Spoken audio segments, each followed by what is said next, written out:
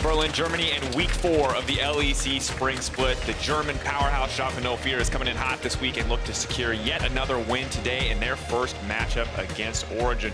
Origen as well, looking to keep up on a streak after their win yesterday, hoping that they can keep putting those wins on the board as Nukeduck braces the icy cold winds to enter the building. Now, I'm Daniel Drakos here with the double analyst threat of Dan Foxdrop Wyatt and Indiana Froskurinn Black. Welcome. Have we decided what the duo name is? I think there's only one thing our duo name can be that we'd add to say broadcast. You've decided a lot of things that it can't be, and I would encourage you not to go through those. We're here. Foxy Frost wasn't bad either. Foxy Frosk. Yeah, that's cool. Foxy Frost. And Friends. Foxy Frost and Friends. That is the name of the desk here today. Well, with yesterday's results, G2 Esports are still undefeated in first place, followed by Schalke. Schalke coming out as one of the biggest surprises so far. I think you said powerhouse, and I think that fits them exactly. It's the fact that this is a brand new lineup. We didn't expect them to have the synergy, and you really can't attack them anywhere. The lane phase, the team fighting, their ability to play 1-3-1, 5v5, it doesn't matter. Schalke are good at everything. And look at the way they do these plays right here. Memento specifically, just is clutch. You can't look at one teammate here and say, yo, this is a weak link on this team. They just get it done. You know, they steal the dragon, they win the team fight. What more do you want from this squad? Special shout out to Odo as well on the Jace. Pops in at the very end, but I always love to see him on the carry picks. Memento is, yeah, kind of the guy that you put your eyes towards, but of course it is Odoamne who does stomp the top lane matchup for the vast majority of that game. And of course another team that we have to put our eyes on is Fnatic. It feels like this is a team that is finally putting the pieces together. Foxdrop, we were very critical of them, of their draft up against Misfits last week, but going into this game up against XL, it did feel a little bit more coordinated. Yeah, and there's a lot more confidence in the way that Fnatic were playing as well, especially coming out of the mid-jungle duo.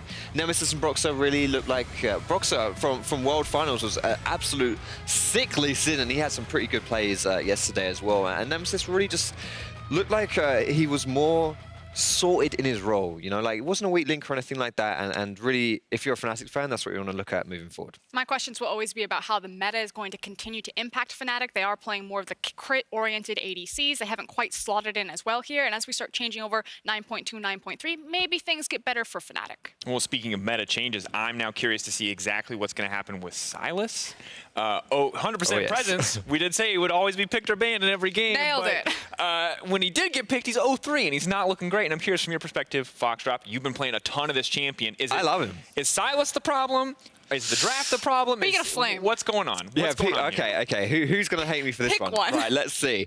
I don't want to give up on Sylas just yet as a champion. I think, yeah, okay. Don't listen to Frost. Bold decision. Well, okay, it's been 1 day. It's been 1 day. He's a new champion. I think people are still finding their footing with him, and I think he does have potential. Let's not forget the way his ultimate works. It's like his direct usefulness comes from how good, what he can do for the enemies. So it's not Sylas that's bad, it's that the enemy team didn't draft good ultimates. I think we're having a discussion where what we wanted is that Sylas has to find a matchup where he's already good before you start thinking about stealing ultimates. And I think tank Sylas is the way to go, because again, if he's just relying on his utility and his viability in a game because of the ultimates he can steal, probably not going to be great in the professional scene. Honestly, I've just got my fingers crossed for a little bit more. But for our daily G2 check-in, we're joined by a reporter on the street, Trevor Quickshot Henry. What do you got for us? Well, they're still first, Drakos. Thank you very much, Trevor. Excellent insight, as always, into the current standing of G2. And while G2 are looking unstoppable, there is one member that deserves some extra time in the spotlight. And for more, here's Medic.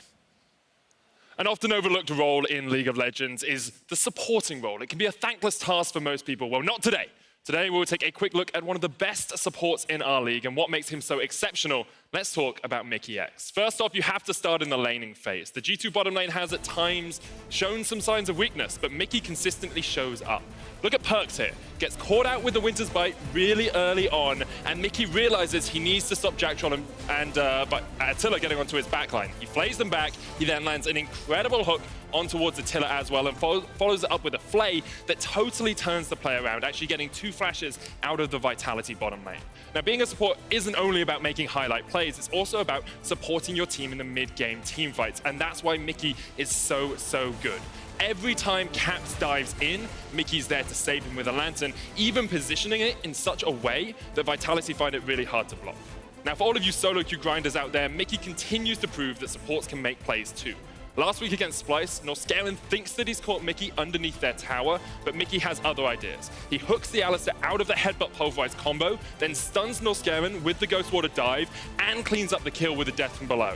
Mikyx is one of the best supports in the league, and he's an underappreciated member of G2. Us supports have to stick together. Drakos, back over to you. Thank you very much, Medic. Mikyx, of course, looking fantastic. Still not half as good as Medic, our own resident Clark Kent. He looked like Superman. He's looking great. I'm waiting for Shout him out to him. But even better than Medic forces, we see Mikyx's performance here, and this is some stunning numbers for support. I think a little bit courtesy of the fact that they're undefeated currently, but Mikyx has been a standout performer thus far. Yeah. You want it? Well, you know, It's up, get it? Okay, I've got the baton, I'm running with it. I think it's really hard to shine when you're, like you mentioned, everyone on G2 is really blooming good and they're performing really well this split, but just look at these stats. First, second, like, it's supports don't get enough love as they should, as Medic pointed out, but there's a huge reason to praise this guy right here because he is the unsung hero of G2. For me, it's the fact that he's a playmaking-oriented support. You know, it's not like he's just sitting back there and he's cashing in on the fact that G2 are just winning all across the map and then is just a byproduct of having all of that gold and all of those stats in his back pocket. It's that Mikyx makes the plays and he's helping set up G2 for those massive moments. And I'm excited to see him keep doing that in the games to come. Of course, Sylas, he's been able to steal a lot of ultimates, but he's still 0-3, so we want to take it one step further and took 4 spells and 1 passive to create our ultimate champion, combining a single Q, W, E, R, and passive from any champion in the game to make the most broken, unique options possible. Let's say creative. Broken is the appropriate word. I think I want to start with mine. Now this one is special. It comes with a simple concept, which is that if you are bad at League of Legends, you want to be able to kill people. And you want to be, how do you kill people when you're bad? You use point and click abilities. So what do? You're going to start with a Pantheon W. You jump in, you stun them. They're locked down. You follow up with a skill shot. Can't miss when they're already stunned. Maybe you copy it with LeBlanc. And then it all comes in together into the most beautiful champion ever created, LeBlanciopia, which is, notice the OP is where you put the emphasis because by combining Twin Fang from Cassio's kit, that's a half a second cooldown, folks. With the Pyromania of Annie, we have, just if keep I've them done stunned. my math correctly, perma CC, literal permanent CC. Doesn't matter how bad you are, you push just the Pantheon W to get it started, and they'll be stunned forever as long as you roll your face across that keyboard. Which you sound like you're very good at doing that. Yeah, it's not much else with your keyboard, but we'll give you that. No offense, mate. You just got to throw me under just in the midst of my beautiful creation. Fine. All right. So maybe my champion's a little brain dead. I'll give you that, but very strong. Froskurinn, what have you got? My time to shine. My champion's not only brain dead, but I only have fun at League of Legends when no one else is having fun at League of Legends. So this is my creation. Looks much more metal and much more badass than yours. Yeah, sure. Okay, so what you got is you got the Braum passive. So you want to make sure that you can get that proc, so you can do that damage, get that stun. You need more damage, you need more CC. Guess what? You got Alistar pulverized. You want to chase them down? You got Malphite W. You want to hook them back? You got Pike E. And to top it all off, you have a Malphite ultimate. You are never going anywhere. There is no playing, and the point of this champion is that you force a 4v5 every single time because someone's going to rage quit. I like that. I like how there's 3 champions in the head. It's a very well sculpted. That is. It's very well sculpted. Shout out to the I'm gonna call it mediocre Photoshop team behind the scenes that like puts these together on the fly. When we're like, we want to do a weird champion segment, they're like, I have just the tools to do that, and they just start layering all these champions on top of each other. And I like also that you've decided to make a champion that not only similar to mine, offers a lot of CC, but has almost no kill potential ever at any point, and just continuously locks people down. Foxdrop, are you on the perma CC hype train? Is this what you're about? I'm going for a slightly different path. Oh my god, this is horrifying. let's say we're still cousins. Mediocre at best. Whoa! Did you hear that? What was that lower third right there? Yeah, it said pop it back up. mediocre at best. What's going on? I didn't flame you. That was him, by the way. Nah. We're not having that. I would like to demonstrate my champion today with a faithful assistant. May I use you? Okay. Look at this passive down there. This is a Teemo passive. We're hidden. No, we're not. We're here. Rocket grab. That's the cue. We're gonna grab you. She comes over here. Almost died. She's right next to me. We'll skip the W for now. And she's taunted. So I'm moving backwards, just slowly moving backwards. She's coming towards me. And if this isn't enough, you grab the stinger and you drag her to the death. And that's it. You're sorted. I'm actually dragging. Oh God, I'm actually dragging you. You drag her, and she's done.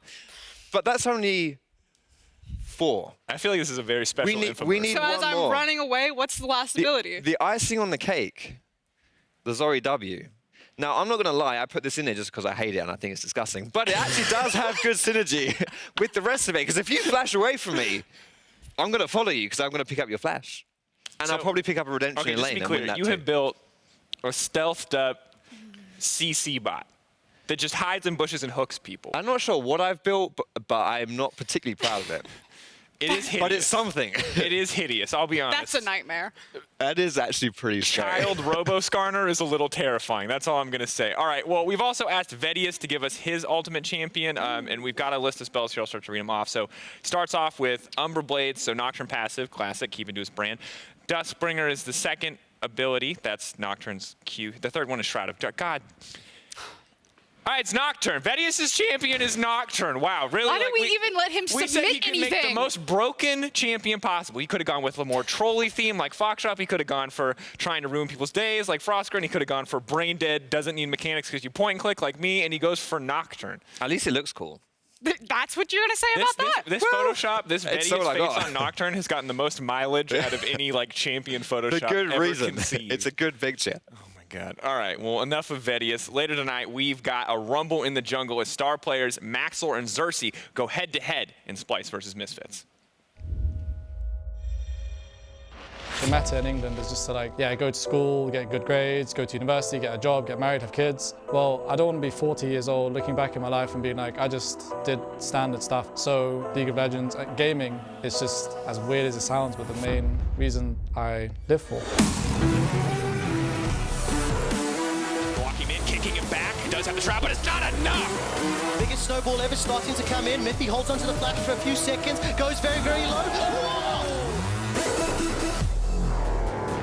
I'm not too stressed about Maxlor because I remember last time I played him in the Gauntlet, he got demolished, so I'm not too worried about him. Maxlor actually pulled all the way out of his Odoamne there. That was incredible from Splyce. He plays like late game comps and just scales, and he's 3k behind in 15 minutes. If he considers that smashing, then yeah, good for him. I've talked about trust exercises of Steven, him knocking out my tooth. So obviously there's like big trust issues there. But the one thing I do trust this guy on is that if he has a winning matchup, he will win his lane, no matter what. That's a chase forward from Hunsummer, and Gorilla is able to set Hunsummer up once again. Me and Gorilla, we are close friends in the team. I trust him a lot, and I feel he trusts me a lot. 제가 지금 믿고 따르시는 건 스티븐. 그 친구만 믿고 따라간다면은 저희가 이길 수 있지 않을까 생각합니다. What I like about Froskurinn is that he plays the same way, he's not scared to go 0-10. That guy doesn't give a shit. Kobe and Froskurinn against Hansama Gorilla. I mean, there's no words really. Xerxes has like a month where he's really good. The rest of the time he's just like invisible, trash, bad. If Maxlor was as good as his trash talking, maybe Misfits would have won something. I love that people are getting less and less afraid of firing shots in the LEC. It feels like the second this year kicked off, people are like, oh, I'm ready to talk smack. And Xerxes backing it up, Maxlor looking to back it up here as well. I'm hyped for this matchup. They're creative in the shit talk, they're creative in their pathing, and that's what I actually really like about this jungle matchup. It's the two most creative junglers going head-to-head. Xerxes with his picks, Maxlor with his game plan. Xerxes with his beard and Maxlor with his beard as well, so I think we're all happy. I like that. I like that. Thank you for that, Fox. That's what I'm here for, mate. Top tier analysis. And I mean, we're just waiting to see who's going to dethrone Cabochard as the Beard King. Of course, you can get a closer look into the action in our POV stream at twitch.tv/RiotGames2 featuring Gorilla. No beards there, but probably some excellent support play, I would have to imagine. There's, of course, more action coming up today as we close out week 4 of the LEC Spring Split. And as we look across this schedule, I think there's a lot of standout matchups to me. Of course, you have Fnatic G2 later in the day. You've got Misfits, Splyce, which we've already hit. Origen, desperately going to try to fight Schalke. What are you guys most excited about?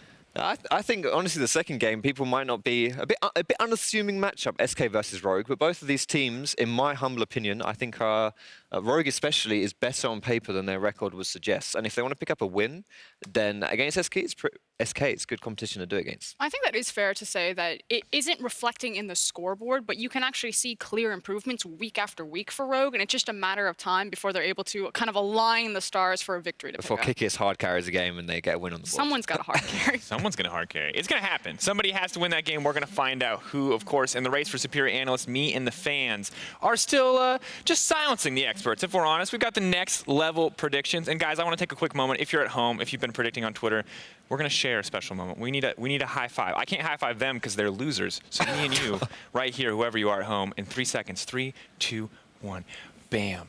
That's us. That's our teamwork. You guys get nothing. You'll get a high five when you win something, because that's 26 for me. That's 26 for Twitter. You guys are trailing behind. StatSpot's getting blasted too. But for some reason, StatSpot's also predicted Splyce. And I saw him get stuck under a table outside, so I just think that StatSpot is having a bad day. it's hit or miss. I think it's safe to say. Foxdrop, are you feeling confident today?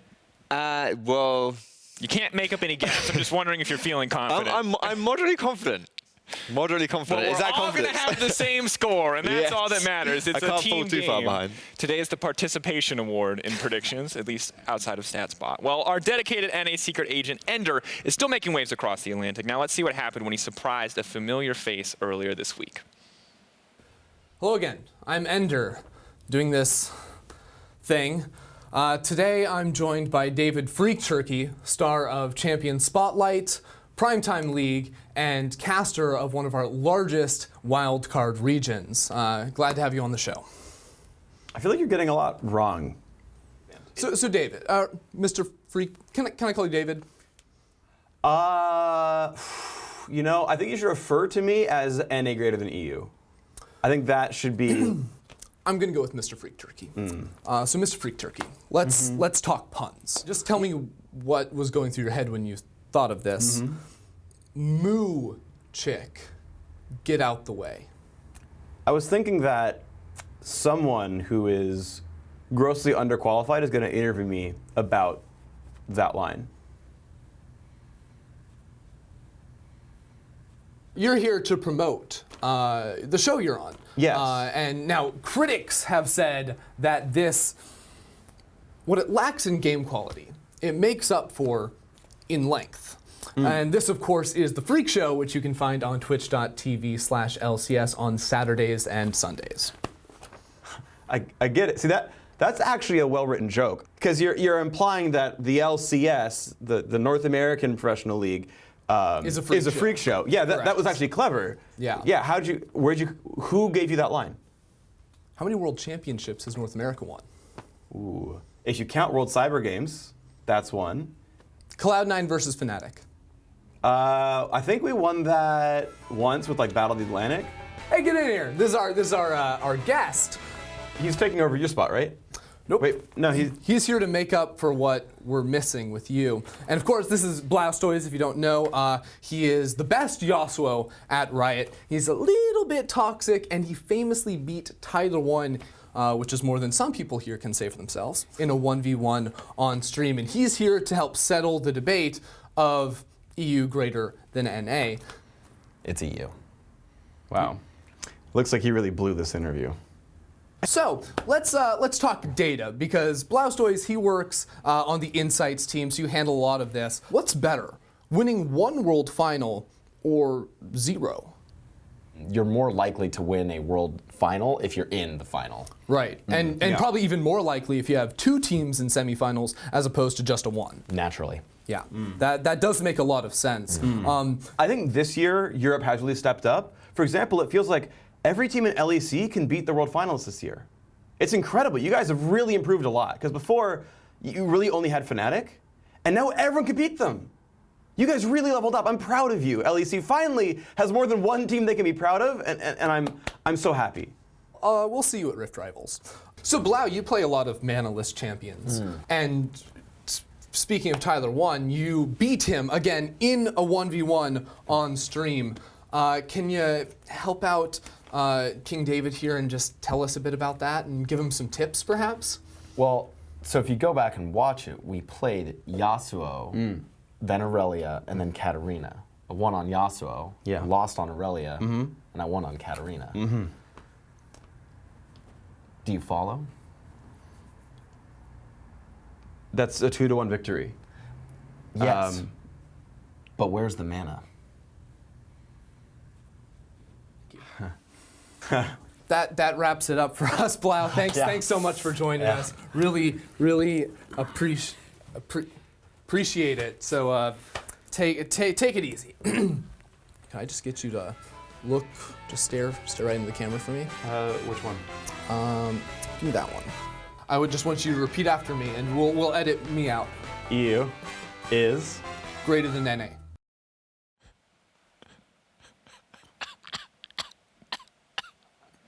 David Freak Turkey? David Freak Turkey. I want that to live on for years to come. God bless Ender. For the record, if you guys are wondering where Ender's at, well, he's going to be here for week 5. I'm sad that it took him this long to get here, but because it created that beautiful masterpiece, I'm going to call worth, but you can make up your own mind. I hear he's like 8 feet tall. Ender is, in fact, 8 feet tall. You have not met him in person yet, have you? No, I'm he's just like as large as that screen right there, actually. That's, really excited for Take Your Child to Work Day when I get to stand next to him. He's the human equivalent of Ivern. That's why it's between 2 Iverns. Oh, okay. Ender is Ivern incarnate. All right, well, enough about our soon-to-be comrade over here in the LEC. Let's look ahead towards our first game, Schalke versus Origen, with the number 2 team in EU looking to continue their solid form. Now, Froskurinn, you had a lot of things to say about this team, so hit us with them. I mean, where do you want to start? If you want to go early game, you grab Memento and Ignar, the jungle duo. They have incredible jungle proximity, and they are in charge of every single roaming play. They constantly unlock Ignar from that lane and get him involved. If you want to go mid-game, grab Abadage and Odoamne. Not only do they have incredible forward percentage in their lanes and can smash lane phase, their team fighting is incredible. And speaking of incredible team fighters, if you want to go late game, you then have Upset, probably the most mechanically talented ADC performing in the league right now. And if you just take out G2, this is hands down the best team in the LEC, but obviously you have to take out G2. But you want to talk about one more thing that they've got going for them, and it is highlight reels. And for that, we have to look at our boy Ignar pulling out the Blitzcrank yesterday. Such an incredible game, an incredible, like, it's just such a return to form. It's exactly what European fans thought would happen when he came back. I didn't know if it was going to happen, but it just did. And it's also the confidence, you know, to pick a pick like Blitzcrank, especially against his former team, his former partner in crime in Hansama, and it looked like a targetable ability. That's a skill shot. He found Hansama every single time. Gorilla giving him the buy one, get one free on that delivery right there. But ultimately, Ignar, to have that confidence is kind of like the cherry on top for Schalke. It's not only that they know that they're good, but then they'll play like they know that they're good. And honestly, we're just lucky he's playing League of Legends and not CS, because that boy would be snapback banned the second he busted out that Blitzcrank on any server. Well, if we look at their opponents, Origen have shown some promise lately. Granted, against some of those weaker opponents, it hasn't been the clearest cut road for Origen, but we did see improvement yesterday. And frankly, Origen should have been a similar story as Schalke. I think a lot more people were high on this roster just because there should have been a lot more inbuilt synergy with all of these veteran names kind of stacking back together and so much money and power put into the infrastructure. And frankly, it's an execution issue. The only people that Origen have been playing are themselves. The blueprint is starting to get ironed out. It's getting a little bit more crisp, a little bit cleaner. Some of those solo and isolated deaths are starting to come down, but Origen need to continue with their momentum, turn the page, and start proving to people that they can be excited about this EU sweetheart team. And now, of course, one thing that you can be kind of looking forward to is that Origen did have a weaker opponent yesterday. You can hope that they've maybe done some special prep for Schalke today, that they have a way to attack.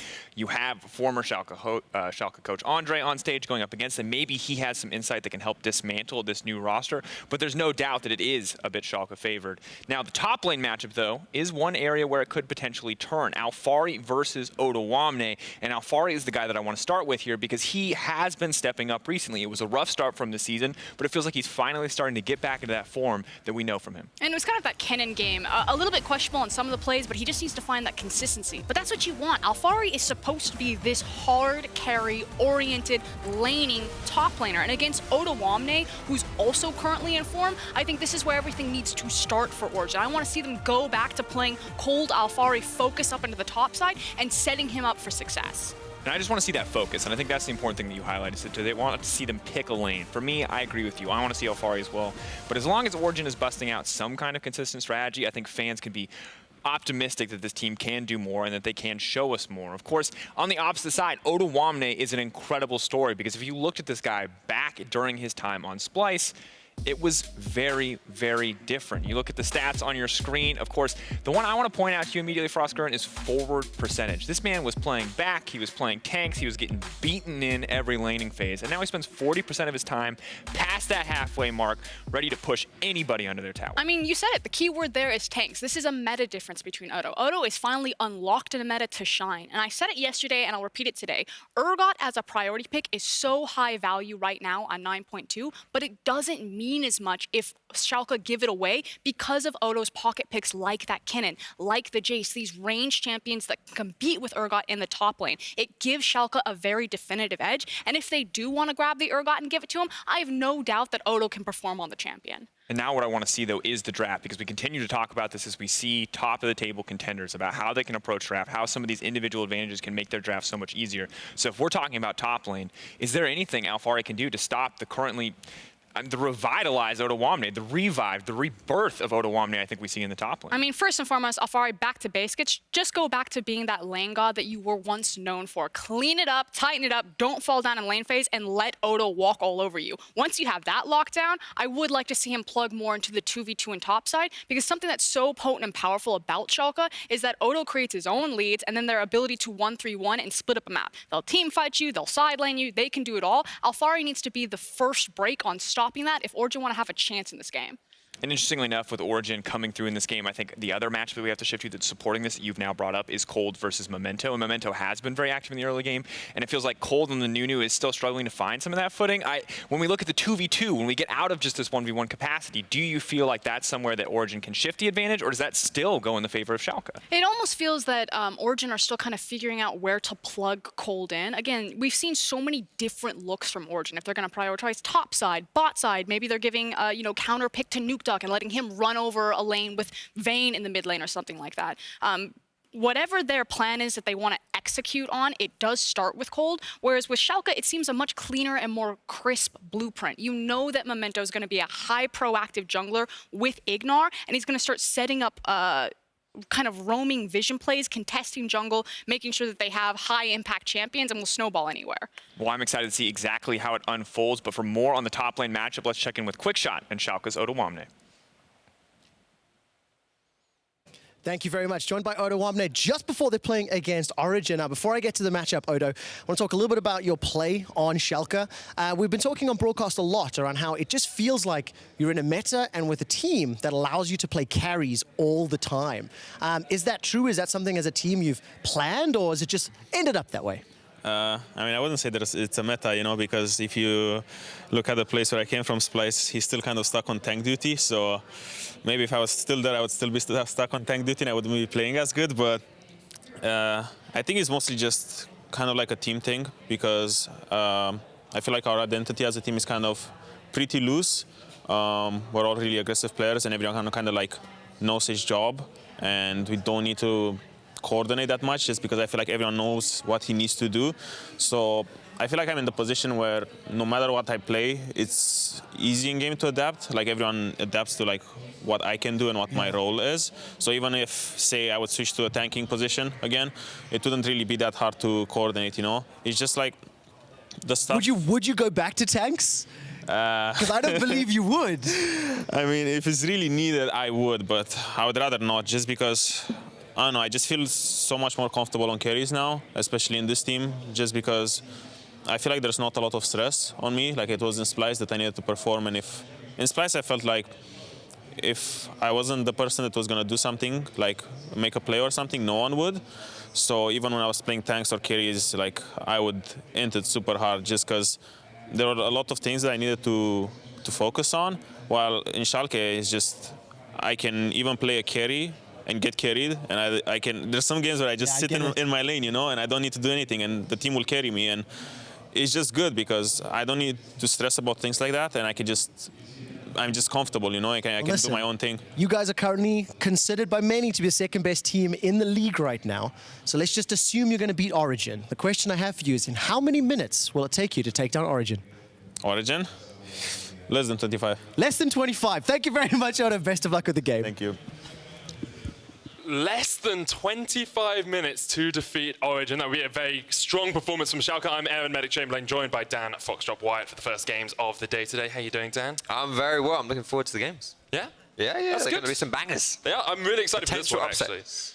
Potential upsets. Well, there's definite upset over there, but outside of that, there are some potential. So would you count this game as one of your potential upsets? It could be 100%. Like I think that Origen, they stand a chance. I mean, Schalke are a very good team, but let's not write Origen off just yet. Okay, and if Origen were to upset Schalke, yes, how would they do that? What is their game plan coming in?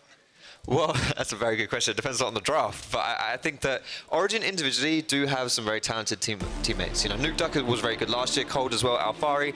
And if these guys can actually just kind of increase their individual performances a little bit, maybe a bit more reliability in there. So you're saying they need to get good? No, you said that. Okay. I'm not saying that at all. Okay. I'm not getting in any trouble today. I'm a good boy. But no, I think, you know, especially in that early game, you know, if Cold can unlock his laners, do some things around that, then Origen definitely stand a good chance. We'll keep our eyes on the jungler for Origen. Already bans coming out. Schalke on the blue side, Origen on the red. Draven, Cassiopeia removed by Schalke, and Origen have taken away the Akali pick. I think that the Urgot is going to be, I mean, Urgot's always high priority, but I think both these teams will want to play Urgot, so it just depends whether we'll see Origen as that last